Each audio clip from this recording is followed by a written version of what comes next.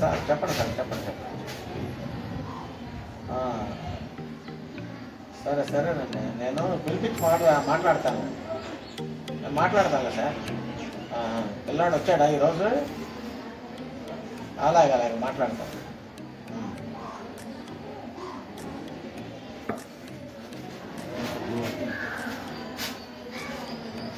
అరే యశ్వంత్ గారు ఉన్నాడేమో, వచ్చాడు వాడు ఈరోజు? వాడిని పిలువు ఒకసారి.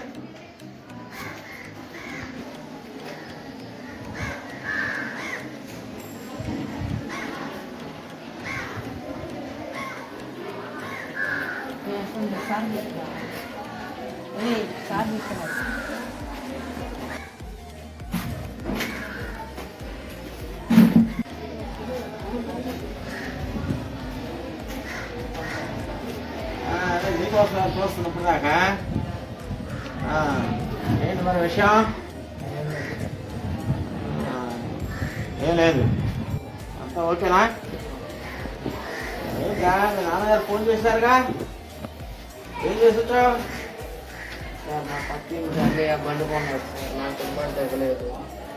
ఆయన కొనుక్కున్నాడు.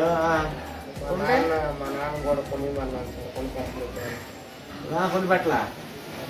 ఏది బండి? బండి కొనిపెట్టాలి, నీకు బండి కావాలి ఇప్పుడు. సరే, అందుకని నువ్వు అన్నదంటలా 2 రోజుల నుంచి, అదేనా? నీకు బండి కావాల్సిందే. సరే అయితే సరేనమ్మా. మరి నీకు ఆ బండి అవసరం సరేనా? ఇప్పుడు అవసరం అంటే ఏంటో తెలుసు నీకు వస్తా? ఇప్పుడు ఏ వస్తువు అయితే లేకపోయిందో, మన రోజువారీ పనులకి ఆటంకం ఆలస్యం కలుగుతుందో ఆ వస్తువులు కొనుక్కోవడమే అవసరంరా. ప్రతిదీ ఏది పడితే కొనుక్కోవడం. నువ్వు రోజువారీ చేసే పనులు ఏమిటి చెప్పు నాకు? అక్కడ చదువుకోవటం, మరి ఇంటి దగ్గర నుంచి ఇక్కడ రావటమే కదా నువ్వు చేయాల్సిన రోజువారీ పనులు, చదువుకోవటం. మరి ఇక్కడ రావడానికి చదువుకోవడానికి సైకిల్ సరిపోయింది కదరా? మరి బైక్ దేనికిరా? నువ్వు చదువుకుని ఉద్యోగం తెచ్చుకున్న తర్వాత ఆ బైకులు తర్వాత కొనుక్కోవచ్చు. నువ్వు చదువుకునే స్టేజ్లో ఉన్నాకమ్మా మనం. సైకిల్ సరిపోయింది అక్కడి నుంచి రావడానికి, 8 కిలోమీటర్లు ఏమి లేవుగా. సరేనా?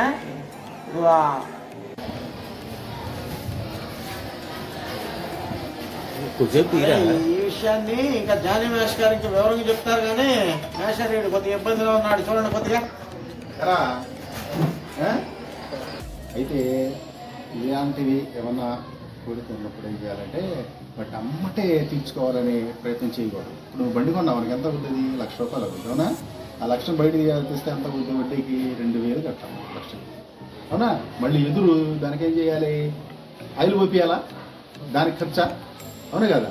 ఇవంతా లేకుండా చక్కగా సైకిల్తో జరుగుబాటు చేసేసుకో, మెయింటైన్ చేసుకున్నవాళ్ళు, అవునా? ఎప్పుడు కూడా ఇదనే కాదు, ఏదైనా సరే లైఫ్లో నువ్వు ఏదన్నా నీకు నచ్చింది అనుకో వస్తువు కొనాలి, ఇది నాకు కావాలనుకోవటంలో తప్పు లేదు, కానీ అమ్మటే కావాలనుకోకూడదు.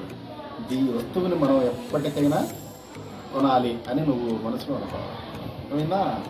కోరికకి అవసరానికి మధ్య స్పష్టమైన గీత గీయటం అనేది దేవతల తరం కూడా కాదు, నీ తరం కాదు, దేవతల తరం కూడా కాదు. అయితే ఈ రెంటి మధ్య తేడా మాత్రం నీకు తెలుసుందా, అర్థమైందా? తేడా తెలుసుందా? అయితే ఈ తేడాన్ని నువ్వు జాగ్రత్తగా అర్థం చేసుకుని అవసరాలని తగ్గించుకుంటూ ఏం చేయాలి? అవసరం ఉన్నప్పుడు ఖర్చు పెట్టి పొదుపు చేయాలి. ఆ పొదుపు ద్వారా వచ్చిన మొత్తాన్ని దేంట్లోనైనా ఇన్వెస్ట్ చేయి. ఏం చేయాలి? నువ్వు పొదుపు చేయి, కొద్దిగా రాసుకో. ఆ వచ్చిన మొత్తం ఏం చేయాలి? ఎక్కడన్నా సరే పెట్టుబడి పెట్టి దాని మీద వచ్చే ఆదాయంతో నువ్వు నీకు కావాల్సిన దాన్ని కొనుక్కోవాలి. అంటే దీని బండి వచ్చిందా? ఎగ్జాంపుల్ చెబుతున్నాను నేను, అంతే, ఓకే? కానీ ఎగ్జాంపుల్ చెబుతున్నాను. దీనికి బండి వచ్చిందా? మా నాన్న ఎంత వస్తాడు, నాకు ఎంత మిగులుంది, అది కాదు కావడం ఏకైనా, అవునా? నువ్వు మొండి పట్టుదలకి వెళ్ళి మీ నాన్న చేత బండి కొనిపించాడు అనుకో, మీ నాన్న అప్పుల పాలు అవుతాడు, మీ నాన్న అప్పులు పాలైతే మీ నాన్నతో పాటు నువ్వు కూడా ఏదో టైంలో బజారం పడాల్సి వచ్చింది, అవునా కదా? కాబట్టి వాడి జోలికి వెళ్ళమాట. ఎప్పుడైనా సరే నువ్వు జాగ్రత్తగా పొదుపు చేసి దాన్ని ఇన్వెస్ట్ చేసి అక్కడ ఆ వచ్చే అమౌంట్తో నీకు కావాల్సిన వాటిని కొనుక్కోవాలి. ఎందుకంటే చూడు, డబ్బు కోసం మనం పని చేయకూడదు, డబ్బు మన కోసం పనిచేసేట్టు ఉండాలి. ఎప్పుడు కూడా అట్లా ఉండాలి. డబ్బు కోసం నువ్వు పని చేయడం కాదు, నీకోసం డబ్బు పని చేయాలి, అవునా?